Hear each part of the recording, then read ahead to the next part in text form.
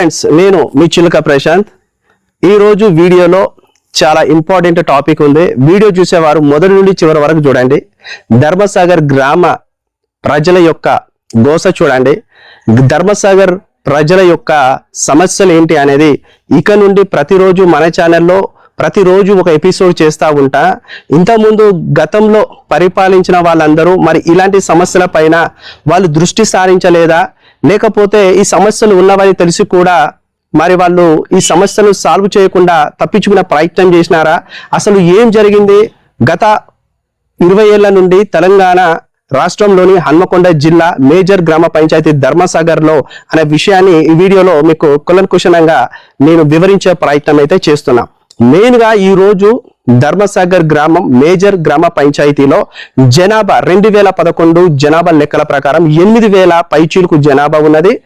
6,000 residency homes ఉన్నాయి, అంటే నివసిత గృహాలు ఉన్నాయి 6,000. 8,000 జనాభా కలిగిన ఈ ప్రాంతం 2011 జనాభా లెక్కల ప్రకారం చెప్తున్నా. ఇది 2020లో జనాభా లెక్కలు జరగాలి, కోవిడ్ కారణంగా జరగలేదు. మళ్ళీ 2026 ఏప్రిల్లో స్టార్ట్ కాబోతుంది. అప్పటికి కనీసం 4,000 జనాభా పెరగవచ్చు. ఈ విషయాన్ని మనం పక్కన పెట్టినట్టయితే ఈరోజు ధర్మసాగర్ గ్రామం దాని చరిత్ర గురించి చెప్పబోతున్నా. ధర్మసాగర్ గ్రామంలో పెద్ద నీటి రిజర్వాయర్ ఉంది, చాలా పెద్ద నీటి రిజర్వాయర్ ఉంది. కానీ ధర్మసాగర్ గ్రామ ప్రజలకు బుక్కెడని నీళ్లు కూడా గొంతు దడుపుకోవడానికి ఇవ్వలేని పరిస్థితిలో ఉన్నది ఈరోజు. చూడండి, ధర్మసాగర్ అనగానే ఫస్ట్ గుర్తుకొచ్చేది ధర్మసాగర్ చెరువు. దాని చరిత్ర, దాని ప్రాధాన్యత చాలా మందికి తెలుసు. కానీ ఈ రోజు చూసినట్టయితే ధర్మసాగర్ గ్రామంలో నీటి సరఫరా లేకుండా, త్రాగునీటి సౌకర్యం లేకుండా ఉండడం వల్ల చాలా మంది త్రాగునీటి కోసం ఎదురు చూస్తూ ఉన్నారు. ఒక గొంతు దడుపుకోవడానికి కూడా ఒక చుక్క లేని పరిస్థితి ఉన్నది. ఈరోజు మన ధర్మసాగర్ గ్రామ పంచాయతీ పరిధిలో వాటర్ సరఫరా అనేది నిలిచిపోయినది. గ్రామ పంచాయతీ సిబ్బంది కూడా ఏం చేయలేని పరిస్థితి, సెక్రటరీ గారు కూడా ఏం చేయలేని పరిస్థితి. మరి ఇదంతా గ్రామ సర్పంచ్ ఉంటే చేయగలడు అని మీరు అనుకోవచ్చు. కానీ మనకు గత 2 సంవత్సరాల కాంచెల్ని స్పెషల్ ఆఫీసర్స్ పాలన జరుగుతుంది. మరి స్పెషల్ ఆఫీసర్స్ పాలన జరిగినప్పుడు ఆ స్పెషల్ ఆఫీసర్సే గ్రామ పంచాయతీలో ఉన్న ప్రతి పనిని చేయాల్సిన అవకాశం ఉంది. ఇక్కడ మెయిన్ గా చూసినట్టయితే ఈ రోజు ధర్మసాగర్ గ్రామం మొత్తం తిరిగిన నేను, మొత్తం 14 వార్డులు తిరిగి చూసిన. ఎక్కడ కూడా వాళ్ళ నుండి వచ్చే ప్రతి క్వశ్చన్ కూడా ఎక్కడ కూడా వచ్చేది ఏంటంటే, మాకు వాటర్ ఫెసిలిటీ లేదు, త్రాగునీటి సౌకర్యం లేదు, త్రాగునీరు లేక మేము చాలా బాధపడుతున్నాం, మా గొంతు దడుపుకోవడానికి ఒక్క చుక్క నీరు కూడా లేదు, నీళ్లు నల్ల రాక 4 రోజులు అవుతుందని కొంతమంది, 5 రోజులు అవుతుందని కొంతమంది అయితే అయ్యా నీళ్లు రాక 10 రోజులు అవుతుందన్నారు. ఈ విషయాన్ని నేను తెలుసుకున్నెమ్మటే సంబంధిత సెక్రటరీ గారిని కలిసినప్పుడు వారు మనకు చెప్పిన విషయం ఏంటంటే, 16వ తారీఖు వరకు ధర్మసాగర్ గ్రామ పంచాయతీ పరిధిలోని ప్రజలకు, ధర్మసాగర్ గ్రామ పంచాయతీలోని నివసిస్తున్న గ్రామ ప్రజలందరికీ 16వ తారీఖు వరకు వాటర్ సప్లై చేయడం కుదరదు. ఎందుకంటే అక్కడ దేవాదుల మోటార్స్ కాలిపోయినాయి, దాని రిపేర్ వర్కులు జరుగుతున్నాయి. దాని కారణంగా మేము వాటర్ సప్లై చేయలేకపోతున్నాం. దీని కారణంగా గ్రామ ప్రజలకు నీటి యొక్క కష్టాలు మొదలైనాయని చెప్పే ప్రయత్నం వారు చేసినారు. అంటే అంతకు ముందు ఇలాంటి పరిస్థితి ఎదురైందా అని అడిగిన, చాలా సందర్భాలలో చాలా సార్లు ఎదురైందని చెప్పినారు.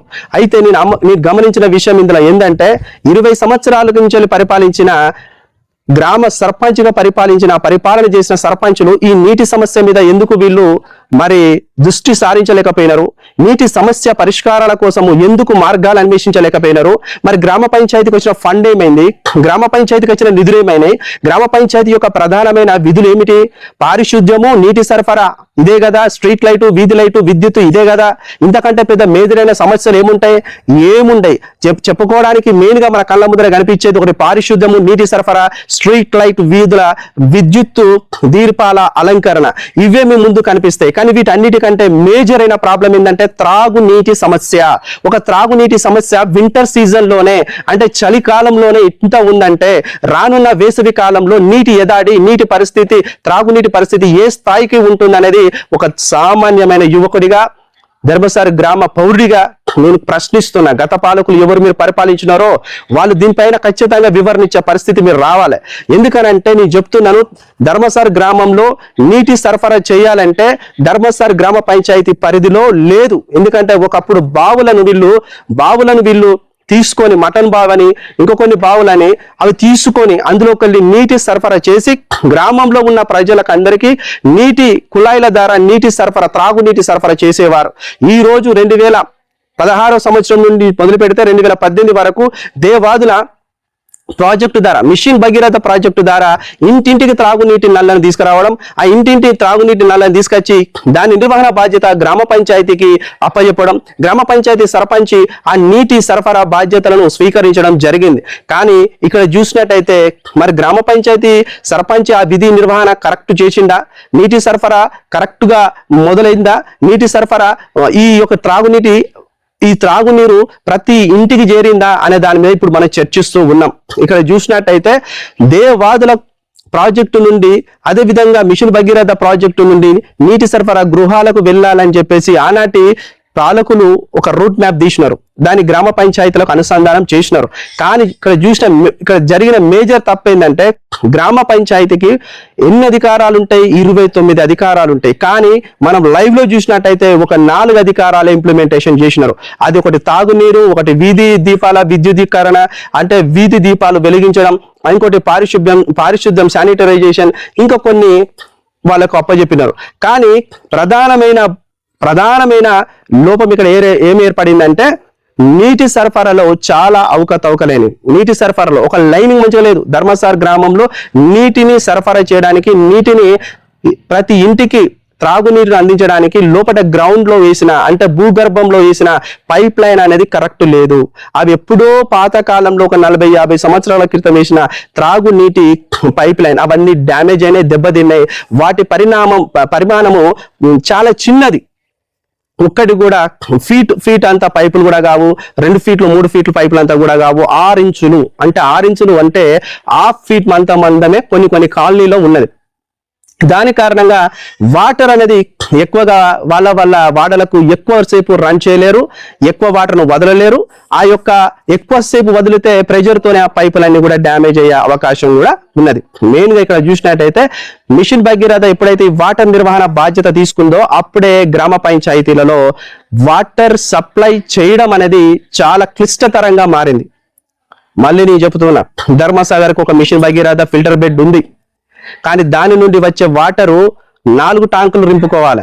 ఆ 4 ట్యాంకులలో ఒక ట్యాంక్ వచ్చేసి ఎస్సీ కాలనీలోని పెద్దబడి దగ్గర ఉంది, దాని కెపాసిటీ 2 లక్షల లీటర్లు.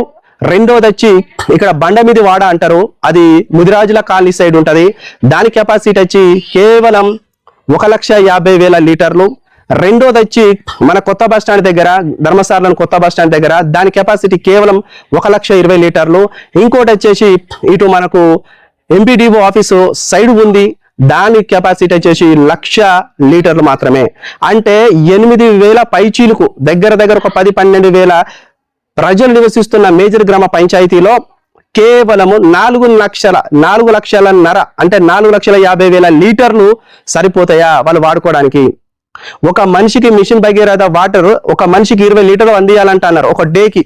ఒక రోజు 20 లీటర్లు, ఒక రోజు 20 లీటర్లు ఇంటూ 12,000 మందికి కొట్టేయండి, మీరే లెక్క చేసుకోండి ఎంత అవుతుందో. ఈ వాటర్ సరిపోతుందా? త్రాగునీటికి, స్నానాలకి, కుకింగ్కి, ప్రతి అవసరాలకు సరిపోతుందా? సరిపోదు. సరిపోకనే ఈ రోజు మిషన్ భగీరథ పైప్ లైన్స్ మొత్తం కూడా కొత్త వేసినా కూడా మన గ్రామ పంచాయతీ పరిధిలో వాటర్ సప్లై చేసేది అన్ని కూడా పాతబడిపోయినాయి, అన్ని కూడా అసలు శిథిల వ్యవస్థకు చేరుకున్నాయి. దీని కారణంగా చాలా వాటర్ నిర్వహణ అనేది చాలా క్లిష్టంగా మారిపోయింది. ఇది ఎవరి తప్పు? గత పాలకులు, గత సర్పంచులుగా బాధ్యత నిర్వహించిన వాళ్ళ తప్పే కదా. గత పాలకులు 4 టర్ములు బీసీలు ఉన్నారు, 4 టర్ములు బీసీలు ఉన్నారు. ఈ బీసీ వాళ్ళందరూ కూడా, ఈ 4 కూడా సర్పంచులుగా ఉన్నప్పుడు మరి వీళ్ళు నీటి నిర్వహణ పైన ఎందుకు పరిపూర్ణమైన ఆలోచన చేయకపోయినారు? ఎందుకు ఒక ప్రణాళిక రచించలేకపోయినారు? వీరు చేసిన మిస్టేక్స్ వల్లనే కదా ఈ రోజు మిషన్ భగీరథ మోటార్లు కాలినాయట. ధర్మసాగర్ గ్రామానికి అక్టోబర్ 16వ తారీఖు వరకు కూడా వాటర్ రాని పరిస్థితి ఉన్నది. అక్టోబర్ 16వ తారీఖు వరకు వాటర్ రాకపోతే ప్రజల కనీస అవసరాలు ఎలా తీరాలి?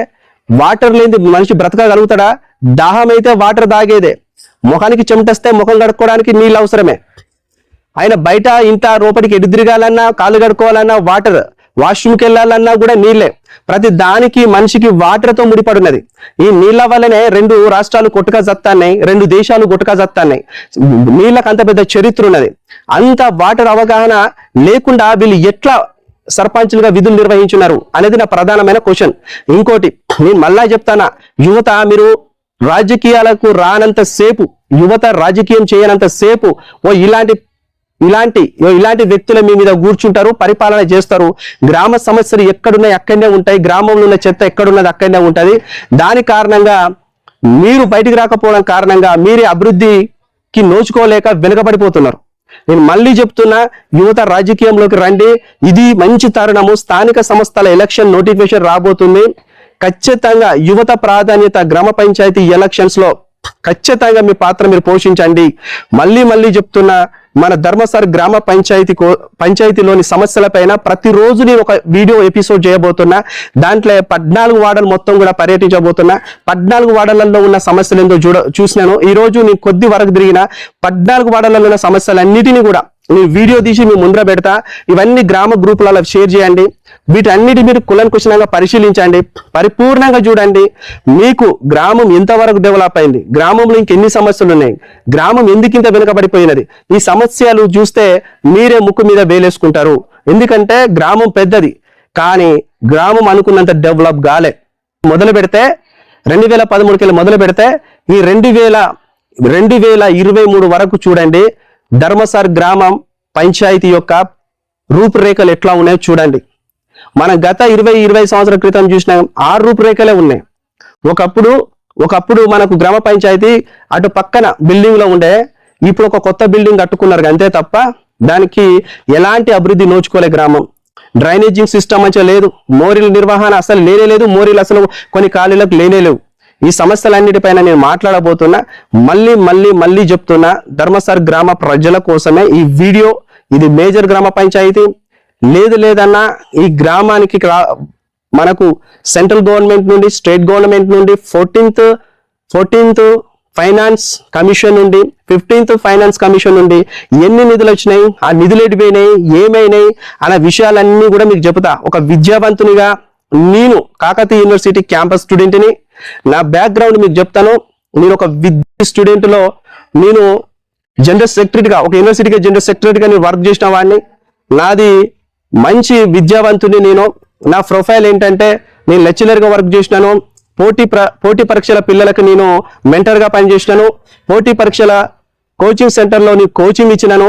ఎంతో మంది ఈ రోజు నేను చెప్పిన పాఠాలు విని డిఎస్సి టీచర్స్ అయినారు. Group 2, Group 3, Group 1 ఇంకా అదర్ ఎగ్జామ్స్, పోలీస్ కానిస్టేబుల్స్, ఇవన్నిట్లో కూడా నా యొక్క శిశువులు ఉన్నారు. చాలా మంది ఉద్యోగాలు సాధించినారు. నేను ఒకటే అనుకున్నా, నీ పుట్టిన నా గ్రామం కోసం ఏదో ఒకటి చేయాలని చెప్పేసి నేను ముందుకు ఒక అడుగేస్తున్నా. ఆ అడుగు ఎలా ఉంటుందంటే, మనం అడిగేసినామంటే ఖచ్చితంగా సమస్య పరిష్కారం కావాలి. సమస్య లోపం ఏడున్నదో కనిపెడతాం. ఆ సమస్య లోపం కనిపెట్టిన వెంటనే సమస్యను పరిష్కరిస్తాం. గ్రామ పంచాయతీ రూపురేఖలు అంతకు ముందు ఎట్లున్నాయి, మనం మాట్లాడిన తర్వాత దాని రూపురేఖలు ఏ విధంగా మారబోతున్నాయి అనేది నేను చెప్పబోతున్నా. మళ్ళీ చెప్తున్నా, నాకు కావాల్సింది ఒక ధర్మసార్ యువత సపోర్టు. ధర్మసార్ యూత్ మొత్తం యువత అందరు బయటికి రండి, నాతో కలిసి బయటికి రండి. ధర్మసార్ గ్రామంలోని 14 వార్డుల్లో ఉన్న సమస్యలమైనా మాట్లాడదాం, పోరాడదాం, ఫైట్ చేద్దాం. మనమే పరిపాలకులం అవుదాం, మనమే సర్పంచ్లం అవుదాం, మనమే ఎంపీటీసీ జెడ్పీటీసీలం అవుదాం, మనమే వార్డ్ మెంబర్లం అవుదాం. మొత్తం పవర్ అంతా మన చేతులు ఉండాలి. ఖచ్చితంగా సర్పంచ్ సీటు కైవసం చేసుకుందాం. ఎందుకనంటే యువతను రాజకీయాలు చేయనంత సేపు చదువు రానోడు వచ్చి నీ నెత్తి మీద కూర్చుంటాడు. వాడు చెప్పిందే చెల్లుబాటు అవుతుంది. నువ్వు రెక్కలు కట్టుకొని ఆడ అభివృద్ధి జరగకుండా జరిగిందని ఊహించుకొని బ్రతికే పరిస్థితి ఏర్పడుతుంది.